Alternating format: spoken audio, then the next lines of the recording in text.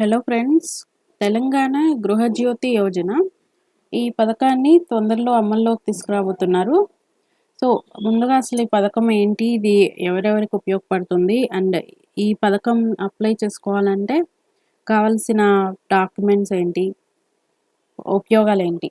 మొత్తం గూడా ఈ వీడియోలో చెప్తాను. సో, ముందుగా ఇదేంటంటే గృహజ్యోతి పథకం 200 యూనిట్ల ఉచిత విద్యుత్ పథకం అనమాట. ప్రతి ప్రతి ఇంట్లో గూడా ఇప్పుడు కరెంట్ బిల్ ఒస్తాయి గదా మనకి. సో, అందులో 200 యూనిట్ల వరకు కరెంట్ బిల్ గనక లోపు వస్తే 200 యూనిట్ల లోపు వస్తే ఆ బిల్ అంతా కూడా ఫ్రీగా ఉంటుందనమాట. అంటే ఆహ్, మనమేమి బిల్లు మళ్ళీ పే చేయనక్కర్లేదు. 200 యూనిట్స్ లోపు వస్తే కరెంట్ బిల్. సో, ఇది వచ్చేసి ఉచిత విద్యుత్ పథకం. అంటే 200 యూనిట్ల పైన వస్తే మళ్ళీ బిల్ పడుతుంది.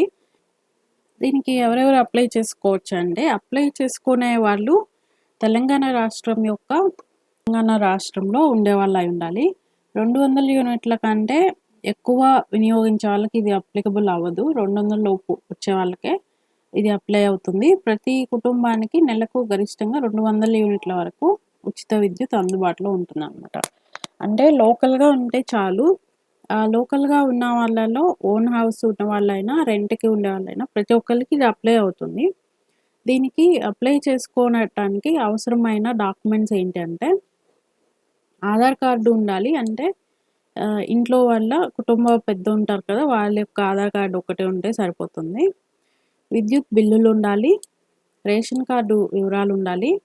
పాన్ కార్డ్ వివరాలు, ఈమెయిల్ ఐడీ, మొబైల్ నంబరు.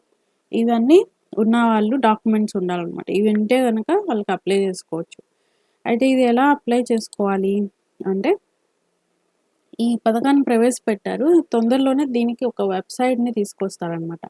వెబ్‌సైట్‌లో ఆన్‌లైన్‌లో అప్లై చేసుకోవచ్చు. లేదా అంటే ఆఫ్‌లైన్‌లో కానీ రెండిటి ద్వారా అప్లై చేసుకోవడానికి తీసుకొస్తున్నారు. కాబట్టి అది వెబ్‌సైట్ లాంచ్ చేసిన తర్వాత దాని ప్రొసీజర్ మీకు చూపిస్తాను ఎట్లా అప్లై చేసుకోవాలో. దీనివల్ల లోకల్‌గా ఉండే వాళ్ళకి ఉంటుంది. అండ్ ఒకవేళ రెంట్‌కి ఉంటుంటే రెంట్‌కి ఉండే వాళ్ళకి కూడా ఇది అప్లై అవుతుంది. సో, ఇందాక చెప్పిన డాక్యుమెంట్స్ మీకు అన్నీ మీరు రెడీ చేసుకుంటే గనక. సో, ఈ పథకం యొక్క లక్ష్యం ఏంటంటే 200 యూనిట్ల కంటే తక్కువ విద్యుత్‌ను ఉపయోగించేలాగా అంటే ఉపయోగించేలాగా వాళ్ళని ఎంకరేజ్ చేయటం అనమాట ప్రజల్ని. సో, దాన్ని బేస్ చేసుకొని కొంచెం కరెంట్ యూనిట్స్ కూడా తగ్గిస్తారు కదా!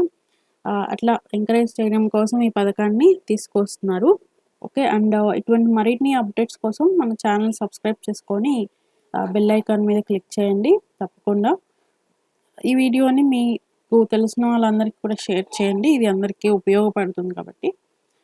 అండ్ నచ్చితే కనుక లైక్ చేయండి. ఓకే. Thank you friends.